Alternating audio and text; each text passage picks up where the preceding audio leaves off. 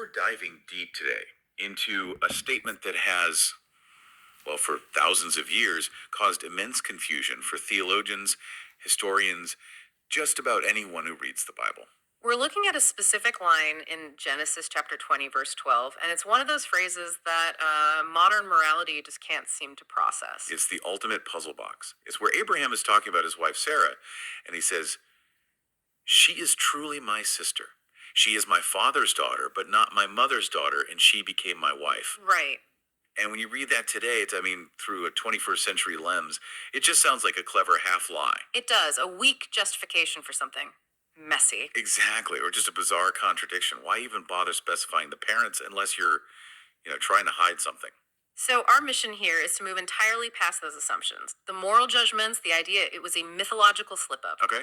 We're going to show that this statement, far from being some kind of moral dodge, is actually a precise technical expression of kinship and marriage law from the ancient Near East. So you're saying we should read it less like a story and more like a legal document? A functional document, yes. And the key to unlocking this comes from the work of Sophocles. And who is Sophocles? He's a fascinating figure, a religious scholar, a writer on cultural anthropology, a thinker, a poet.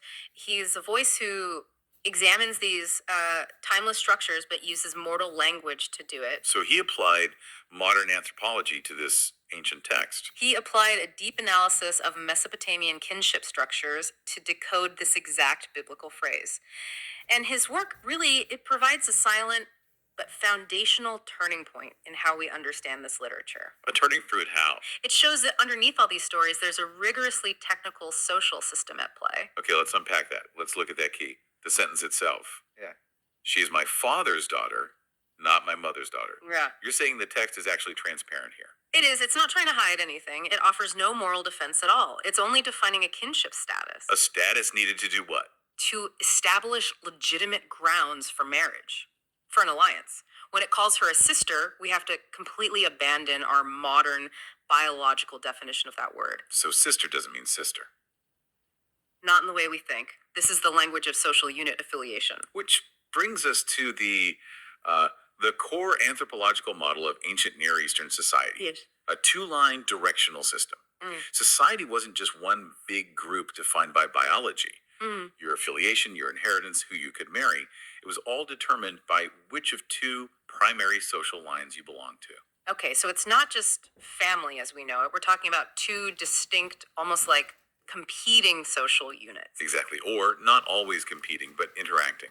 Can I break down the two lines? Because this duality is the foundation for, well, everything that follows. Please do. Okay, think of society as having two perpetual poles, like a magnet.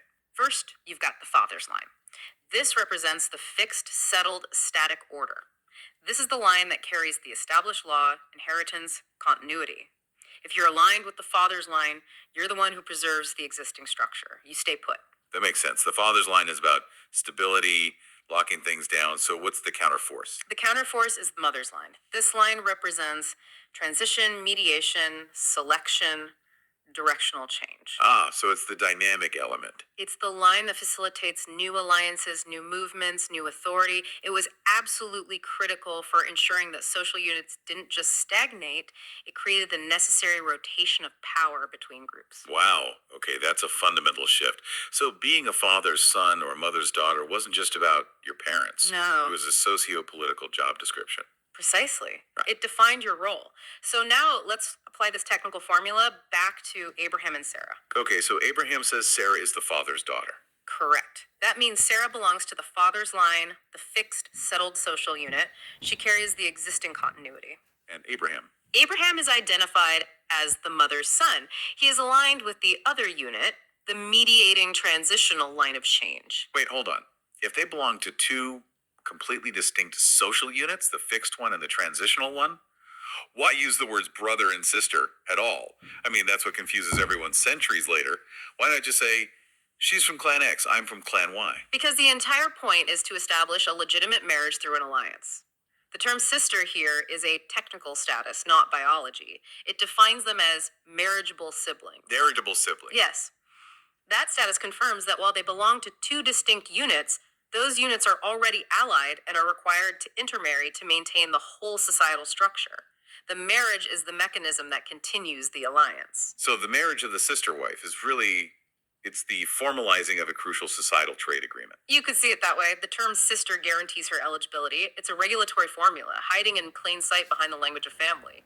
And this is where it gets really interesting for me, because this structure, this duality, it's not unique to Abraham's story, is it? It's much, much older. Much older. It predates the Bible. You see this exact structural definition deep in Sumerian tradition. For example, Look at the relationship between the goddess Inanna and her lover Dumuzi. In some of the epics, she calls him all at once, my brother, my husband, my groom. which sounds like poetry. But it's not just poetic exaggeration, it is a precise structural definition. Dumuzi is the eligible spouse because he represents the opposing allied line. Stacking those titles, brother, husband, groom, confirms the structural connection. This points to some kind of fundamental societal opposition then. It's not just two family lines, it's two whole ways of life in cooperation or conflict. That's what Casmas describes. He outlines these underlying societal poles. You can even trace them geographically and by occupation. How so? Well, you have the skyline. It's often associated with the Akkad culture, symbolized by the color white, and defined by the mobile hunter-shepherd society. Okay, sky white shepherd. Then you have the earth line, associated with Sumer, symbolized by black, and defined by the settled farmer society. Earth, black farmer. These are the two magnetic poles.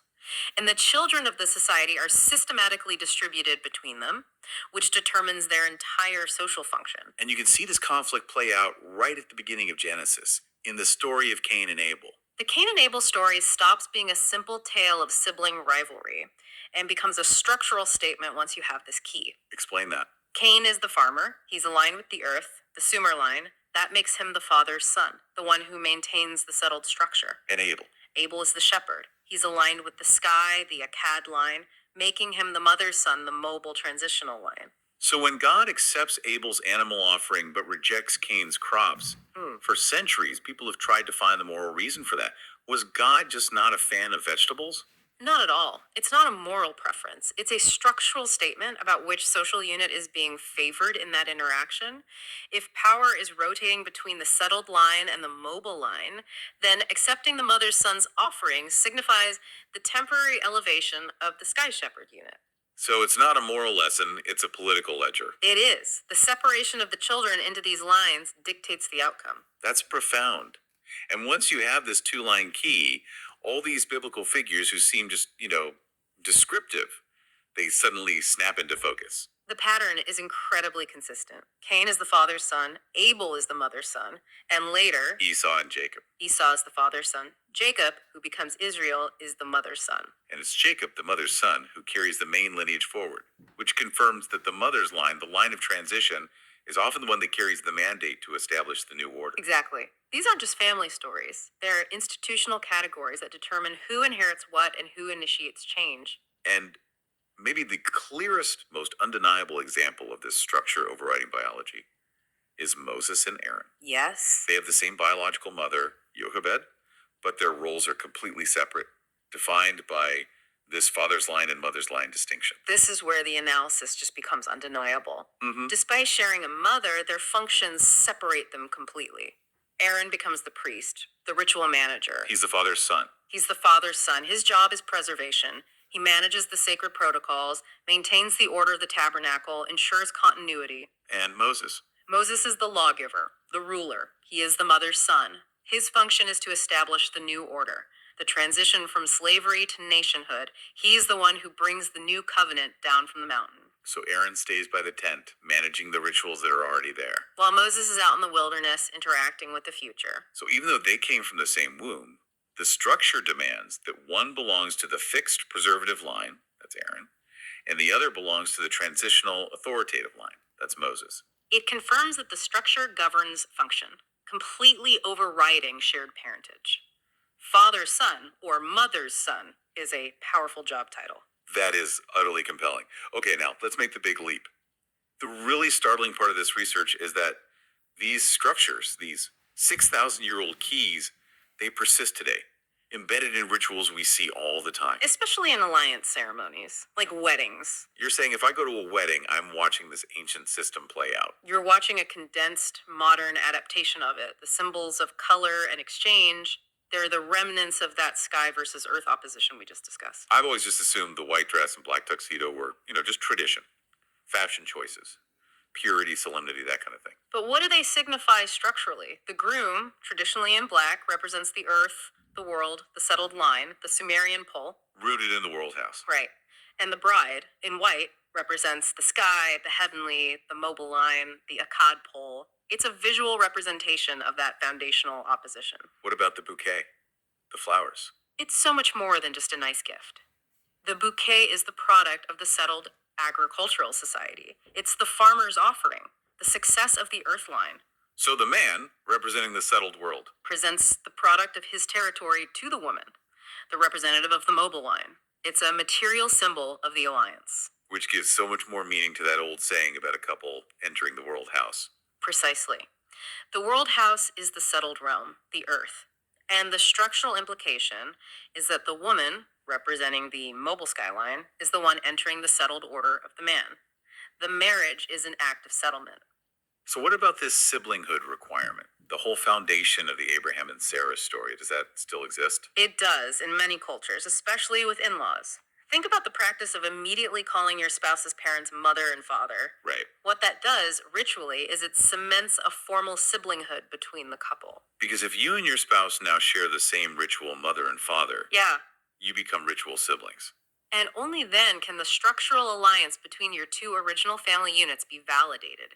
The ancient framework is still there, dictating the terms. So, to summarize the central finding here from SOCİOGONY's work, the sister wife phrase isn't a moral deviation.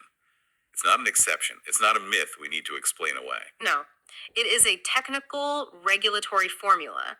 It's the technical language used to protect lineage, govern inheritance, and manage social order in the world's first settled societies. So this whole analysis lets us read these sacred texts not as flawed moral fables. But as functional documents, it reveals the rigorous structural language hiding right there beneath the surface of a story you thought you knew. It really does change everything about how you approach these texts. You have to move beyond just the story and look for the legal and structural logic. Absolutely. And that structural logic persists for far longer than the moral narrative ever does.